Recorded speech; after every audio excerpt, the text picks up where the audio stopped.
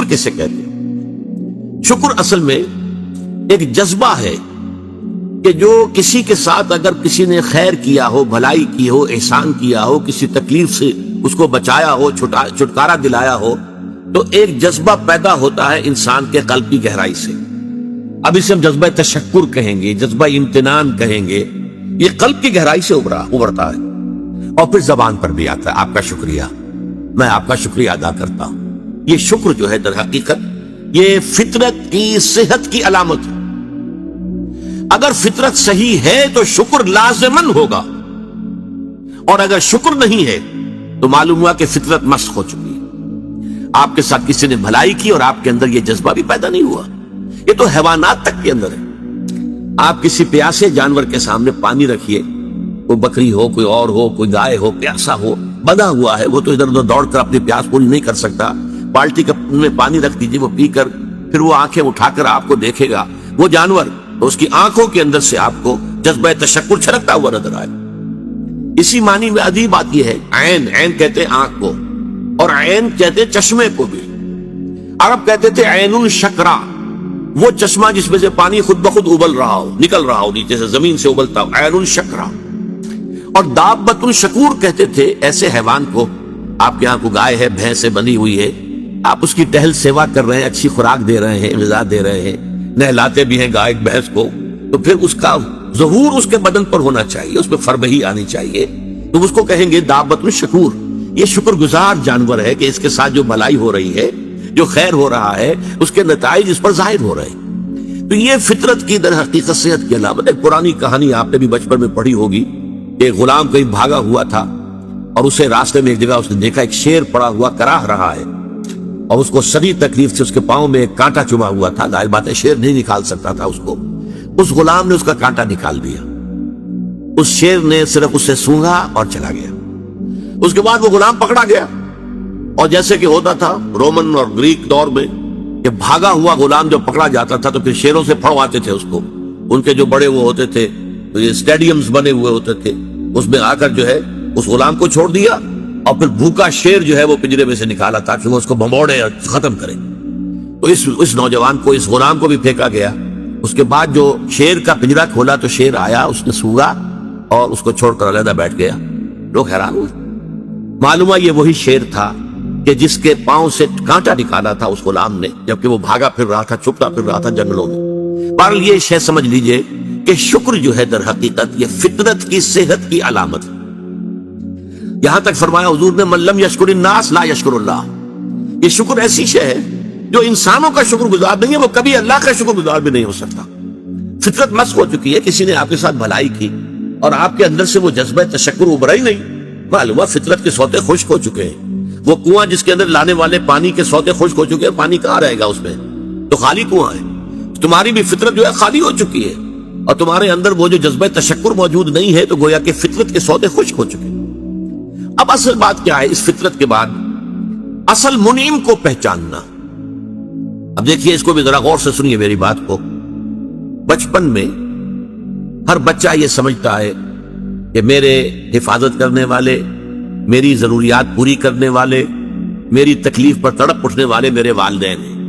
اس سے آگے کا اسے بھی پتہ نہیں ہے، احساس نہیں ہے. لہذا جذبہ شکر جو ہے وہ والدین کی ذات کے ساتھ مرتکز ہو جاتا ہے. اس سے ذرا آگے بڑھا، معلوم نہیں میرا کنبہ ہے، میرے چچا ہیں، میرے ماموں ہیں، میرے فلاں ہیں، میرے کنبے قبیلے کے لوگ ہیں، میری قوم ہے، میرا وطن ہے.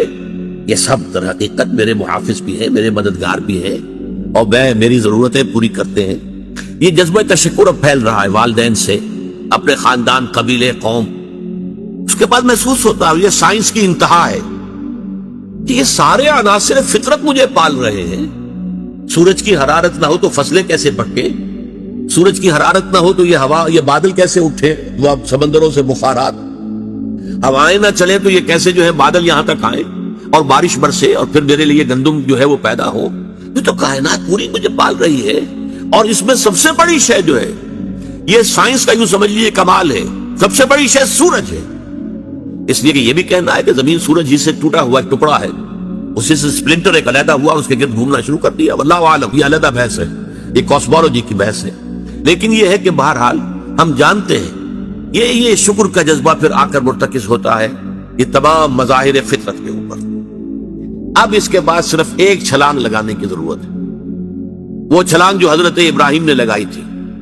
سورہ انعام میں ذکر ہے، انہوں نے ایک تارے کو دیکھا تو کہا اچھا شاید یہ میرا رب ہے۔ جب وہ ڈوب گیا، غروب ہو گیا، تو نہیں میں تو غروب ہونے والے کو تو رب نہیں مان سکتا۔ پھر چاند کو دیکھا، وہ بڑا روشن تھا، بہت بڑا تھا، کیا یہ رب ہے؟ جب وہ بھی ڈوب گیا، کہا نہیں اگر میرے رب نے مجھے ہدایت نہ دی۔ پھر دیکھا سورج کو، ھذا اکبر، ھذا ربی، ھذا اکبر۔ فلما افلت، جب وہ بھی غروب ہو گیا تو پھر اس کے بعد جو چھلانگ لگائی انہوں نے کیا، انی وجہت وجہی للذی فطر السماوات والارض حنیفا، میں نے اب اپنا رخ کر لیا ہے، اپنا چہرہ کر لیا ہے رخ پر اس ذات کے جس نے آسمانوں اور زمین کو پیدا کیا ہے، جو سورج اور چاند اور ستاروں کا پیدا کرنے والا ہے، حنیفا یکسو ہو کر، وما انا من المشرکین، اور میں ہرگز مشرکوں میں سے نہیں ہوں۔ یہ ہے عقل کی آخری چھلانگ۔ سورج بھی ایک نظام میں جکڑا ہوا ہے، کسی اور نے اس کا نظام بنایا ہے، اس کی حیثیت کچھ ہے ہی نہیں۔ اس پوری کائنات کی وسعت اور پہنائی میں یہ جو خورشید منور ہے یہ کیا ہے؟ یہ ایک ذرے کے مانند ہے، پوری کائنات کی ہے، billions and billions of galaxies, اور ہر گیلیکسیز میں billions and billions of stars. اندازہ تو کیجئے اس کی وسعت کا کوئی تصور ممکن ہے؟ انسان کو چکر آتا ہے۔ یہ تمام جو ہے اعداد و شمار جو یہ آتے ہیں ہمارے سامنے ایسٹرونومی میں، چکر آتا ہے۔ سورج کی کیا حیثیت؟ ہاں ایک ہستی ہے کہ جس نے ان سب کو جکڑا ہوا ہے، جس کے نظام میں ہے، جس کے قانون کے اندر یہ جکڑے ہوئے ہیں، بے حسبان، یہ ایک حساب کے ساتھ چل رہے ہیں، اور حساب کسی نے معین کیا ہوا ہے۔ یہ ہے در حقیقت عقل کا کام، یعنی فطرت کی سلامتی، جذبہ تشکر۔ شکر کس کا؟ سب سے بڑی بات اللہ کا شکر۔ ایک بات اور نوٹ کر لیجئے، یہی جذبہ تشکر ہے جو پھر عبادت کی شکل اختیار کرتا ہے۔ دیکھیے شکر، آپ کے ساتھ کسی نے بھلائی کی، آپ کی فطرت کا تقاضا نمبر ایک یہ کہ اس کا شکریہ ادا کریں، نمبر دو یہ کہ آپ بھی کوشش کریں کہ کوئی میں بھی اس کی خدمت کروں، تو میں اس کو بدلا دوں۔ هل جزاء الاحسان الا الاحسان، بھلائی کا بدلہ سوائے بھلائی کے اور کیا ہو سکتا ہے؟ لیکن فرض کیجئے کہ وہ ہستی اتنی بلند و بالا ہو، والدین کی آپ کچھ نہ کچھ خدمت کر کے، کچھ کسی درجے میں جو انہوں نے بچپن میں پالا پوسا تھا، کسی درجے میں آپ اس کا جواب، اس کا بدلہ دے سکتے ہیں۔ بڑھاپے میں یہ ہے کہ انہیں فلا تقل لهما اف ولا تنهرهما، انہیں اف تک نہ کہا جائے، انہیں جھڑکا نہ جائے، ان کی اطاعت کی جائے، ان کی فرما برداری کی جائے۔ ہاں ناحق بات میں ان کی بات نہیں ماننی، شرک پہ مجبور کریں تو ان کو نہیں ماننا، ان کے حکم کو، لیکن باقی یہ اور چیزوں کے اندر ماننا ہے۔ تو یہ سارا معاملہ یہ کسی نہ کسی درجے میں آپ نے اسے بدلہ دے دیا، اور جو بھی ہے۔ لیکن جہاں کہیں ایسی ہستی کا شکر ہے کہ جسے آپ کو بدلہ دے نہیں سکتے، سورج کو کیا بدلہ دیں گے؟ وہاں یہی جذبہ تشکر جو ہے جذبہ عبادت میں ڈھل جاتا ہے۔ ہاتھ جوڑ کے کھڑے ہو گئے سورج کے سامنے، ڈنڈوت کر رہے ہیں، سجدہ کر رہے ہیں، کیا ہے، کیوں ہے؟ یہ وہی جذبہ تشکر ہے۔ اس سورج ہی سے ہمارا سارا نظام چل رہا ہے، میرا پورا وجود یہ در حقیقت اسی کے ذریعے سے اس کی ساری ضرورتیں اور سارے تقاضے پورے ہو رہے ہیں۔ یہی جذبہ تشکر ہے جو جذبہ عبادت کی شکل اختیار کرتا ہے۔ اور جب جذبہ تشکر صحیح جگہ جا کر لگ گیا، یعنی جیسے کہ میں مثال بارہا دیتا رہا ہوں کہ اگر آپ کو کسی اونچی فصیل پر چڑھنا ہے اور آپ کے پاس جو ہے وہ ایک کمند ہے، تو پہلے کمند کو آپ پھینکیں گے اونچا، آپ کے بازو میں طاقت ہونی چاہیے۔ اگر بازو میں طاقت ہی نہیں ہے تو کمند کہیں قریبی جا کے اٹک گئی، تو جہاں تک وہ اٹکی ہے وہیں تک چڑھ سکتے ہیں نا، اس سے آگے تو نہیں جا سکتے۔ تو کمند کو پہنچانا ہے پہلے اونچائی تک۔ اب دیکھیے اس کو اقبال نے کہا ہے، یزداں بکمند آور اے ہمت مردانہ، تمہاری کمند یزداں کے ساتھ جا کر جڑے، اللہ کو پہچانو۔ تمہاری عقل کا جو ہے در حقیقت امتحان یہ ہے کہ اصل منعم حقیقی، اصل محسن حقیقی، اس کے انعامات، اس کے احسانات، اس نے تمہیں پیدا کیا، تمہاری ضرورت کی چیزیں پیدا کی۔ ان تعدوا نعمت اللہ لا تحصوها، اگر تم اللہ کی نعمتوں کو گننا چاہو کبھی احسان نہیں کر سکتے، کبھی ان کی گنتی نہیں کر سکتے۔ اس کے لیے تمہارا جذبہ شکر جو ہے وہ ڈھل جانا چاہیے جذبہ عبادت میں۔ اور یہاں اس رکوع کے اعتبار سے اس کے جو سب سے بڑا مظہر ہے وہ اب آ رہا ہے، وَإِذْ وَلَقَدْ آتَيْنَا لُقْمَانَ الْحِكْمَةَ أَنِ اشْكُرْ لِلَّهِ، أَنِ اشْكُرْ لِلَّهِ، گویا کہ حکمت کا تقاضا یہ کہ شکر کا جذبہ اللہ تعالیٰ کی ذات کے ساتھ وابستہ ہو جائے۔ وَمَن يَشْكُرْ فَإِنَّمَا يَشْكُرُ لِنَفْسِهِ، اور جو کوئی شکر کرتا ہے وہ اپنے بھلے کو کرتا ہے۔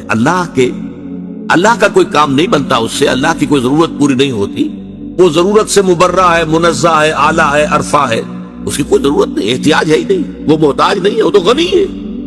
تو اس لیے فرمایا من یشکر فإنما یشکر لنفسه، لنفسه سے مراد کیا ہے؟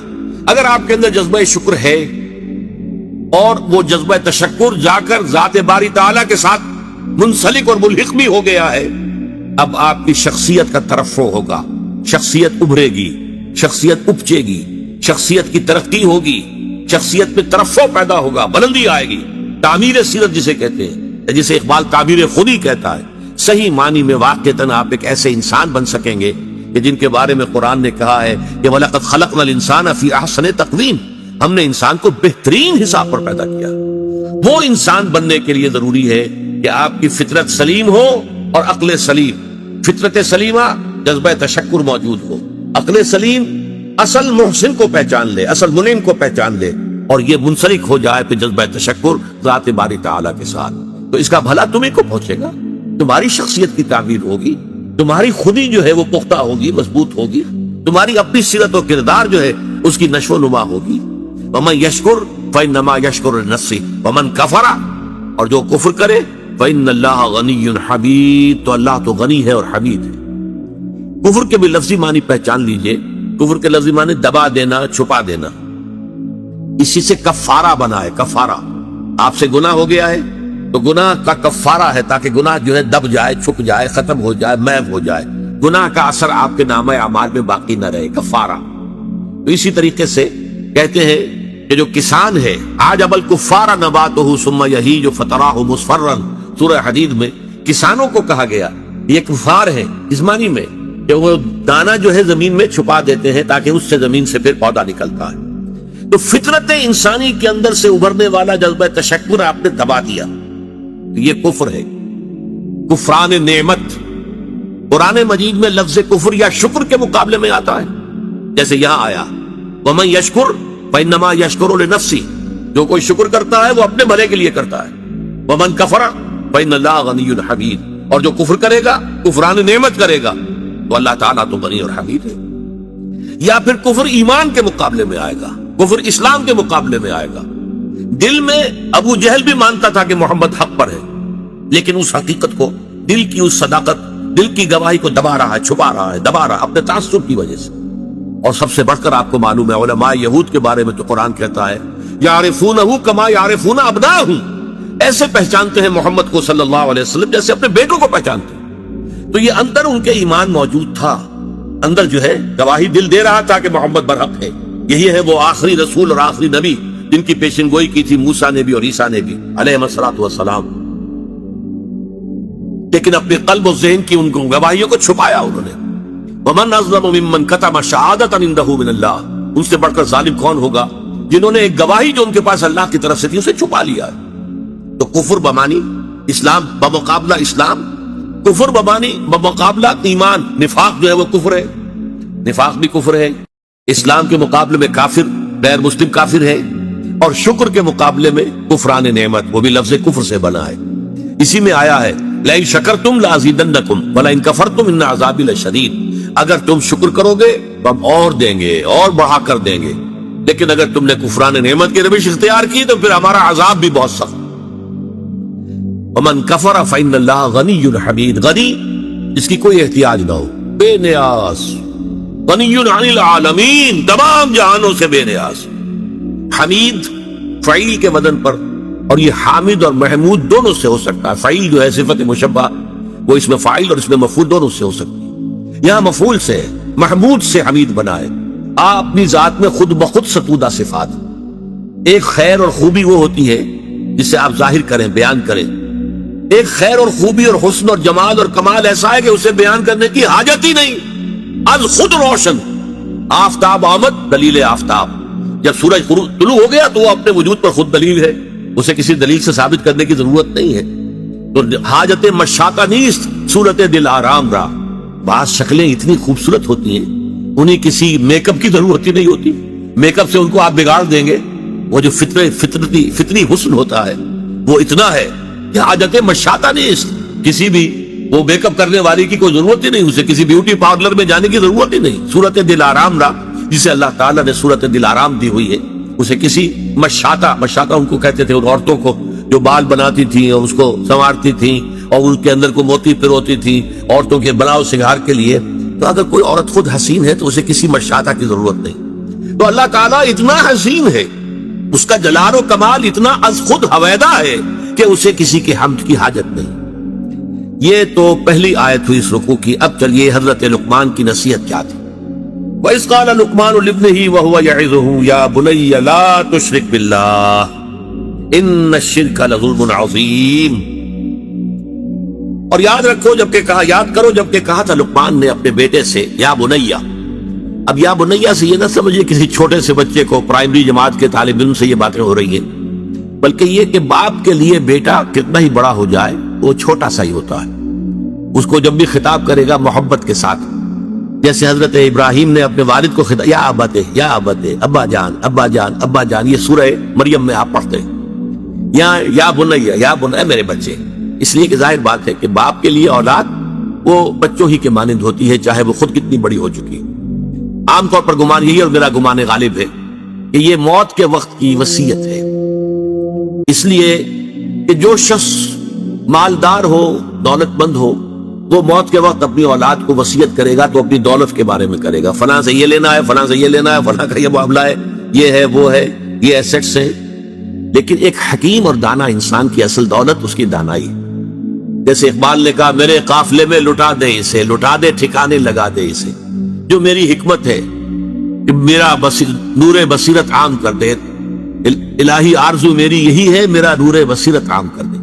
تو جو کسی حکیم انسان کو اللہ تعالیٰ نے حکمت اور دانائی عطا کی ہے، اس کی پونجی، اس کی دولت، اس کی حکمت ہی ہے، تو وہ اپنی اس حکمت کو ٹرانسفر کر رہے ہیں انتقال کے وقت اپنے بیٹے کو، اپنی اگلی نسل کو۔ وَإِذْ قَالَ لُقْمَانُ لِابْنِهِ وَهُوَ يَعِظُهُ يَا بُنَيَّ لَا تُشْرِكْ بِاللَّهِ، اے میرے بچے اللہ کے ساتھ شرک ہرگز نہ کیجو، ان الشرک لظلم عظیم، یقیناً شرک بہت بڑا ظلم ہے، بہت بڑی ناانصافی۔ پہلی بات تو یہ سمجھیے کہ شرک کہتے کسے ہیں؟ شرک اللہ کی نفی نہیں ہے، بڑے اللہ کے ساتھ چھوٹے خداؤں کا اضافہ ہے، شریک کر دینا۔ وہ ابھی میں بیان کر چکا ہوں پچھلی نشست میں، گاڈز اینڈ گاڈیسز، اور وہ کیپٹل جی سے لکھے جانے والا گاڈ، اس کے ساتھ جب ان کو اٹیچ کر دیں گے یہ شرک ہے۔ مہادیو کے ساتھ دیویاں دیوتا شامل کر دیے گئے، یہ شرک ہے۔ اللہ کے ساتھ آلہہ شامل کر دیے گئے، اللہ الالہ، وہ تو ہے وہ ایک اللہ، اسے وہ بھی مانتے تھے سب کہ وہ ایک ہی اکیلا ہی ہے، لیکن یہ کہ اس کے ساتھ کوئی بیٹی ہے، بیٹے، کوئی نائبین، کوئی اس کے منہ چڑھے ہوئے مصاحبین، یہ ایڈ کر دیے گئے آلہہ کے طور پر کہ ان کی سفارش سے بیڑا پار ہو جائے گا قیامت میں۔ یہ ہے ان کا شرک، لا تشرک باللہ، اللہ کے ساتھ شریک نہیں۔ یعنی اب نوٹ کیجئے، اللہ تعالی کا حق ایک لفظ میں ہے، اس کے ساتھ شرک مت کرو، باقی ساری باتیں اس کے تابع ہو جائیں۔ لیکن اس شرک کی کیا کیا شکلیں ہیں، اس کی کیسی کیسی قسمیں ہیں، یہ بڑا اہم موضوع ہے اپنی جگہ پر۔ آج اس وقت تو صرف اتنا سمجھیے، اور ظلم کے حوالے سے، ظلم کرمی میں کہتے ہیں وضع الشیء فی غیر محلہ، کسی شے کو اس کے اصل مقام سے ہٹا کر کہیں اور رکھ دینا، یہ ظلم ہے، ناانصافی ہے۔ شرک میں کیا ہوتا ہے؟ دو طرفہ ظلم ہوتا ہے، یا خالق اور مخلوق۔ اللہ خالق ہے، باقی کل کائنات مخلوق ہے، انبیاء، اولیاء، ملائکہ، جنات، سب مخلوق۔ یا تو مخلوق میں سے کسی کو اٹھایا اور خالق کے ساتھ بٹھا دیا، یا خالق کو گرایا اور کسی اعتبار سے مخلوق میں سے کسی کے مشابہ کر دیا۔ یہ دونوں شکلیں ہیں شرک کی، اور دونوں بدترین ناانصافی۔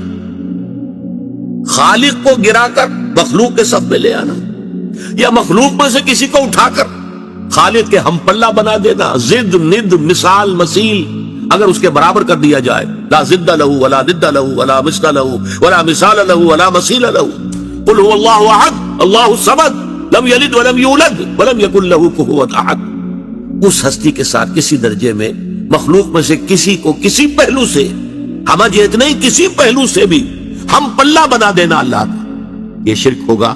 یا اللہ کو گرا کر اس کے مقام رفیع سے کسی اعتبار سے، کسی خاص پہلو سے مخلوق کی کسی صفت، مخلوق کے کسی مقام و مرتبے کے میں لا کے شامل کر دینا، یہ ہے دونوں کے جو ظلم کی انتہائی صورتیں ہیں۔ تو فرمایا یا بنی لا تشرک باللہ ان الشرک لظلم عظیم۔ جیسے ہمارا جو دوسرا سبق تھا آیا بر، حضور نے ایک حدیث میں اس کو کوٹ کیا تھا، میں نے آپ کو بتایا تھا کہ اس میں وَآتَ الْمَالَ عَلَىٰ حُبِّهِ ذَوِي الْقُرْبَىٰ وَالْيَتَامَىٰ وَالْمَسَاكِينَ وَابْنَ السَّبِيلِ وَالسَّائِلِينَ وَفِي الرِّقَابِ، اس کے بعد پھر مستقل آیا وَآتَ الزَّكَاةَ، زکوٰۃ علیحدہ ہے، وہ علیحدہ ہے، اور حضور نے دلیل دی ان فی المال لحقا سوى الزکاة۔ لوگوں یہ نہ سمجھنا کہ مال میں بس زکوٰۃ دے دی تو سارا حق جو ہے ادا ہو گیا، نہیں، زکوٰۃ کے سوا بھی ہے۔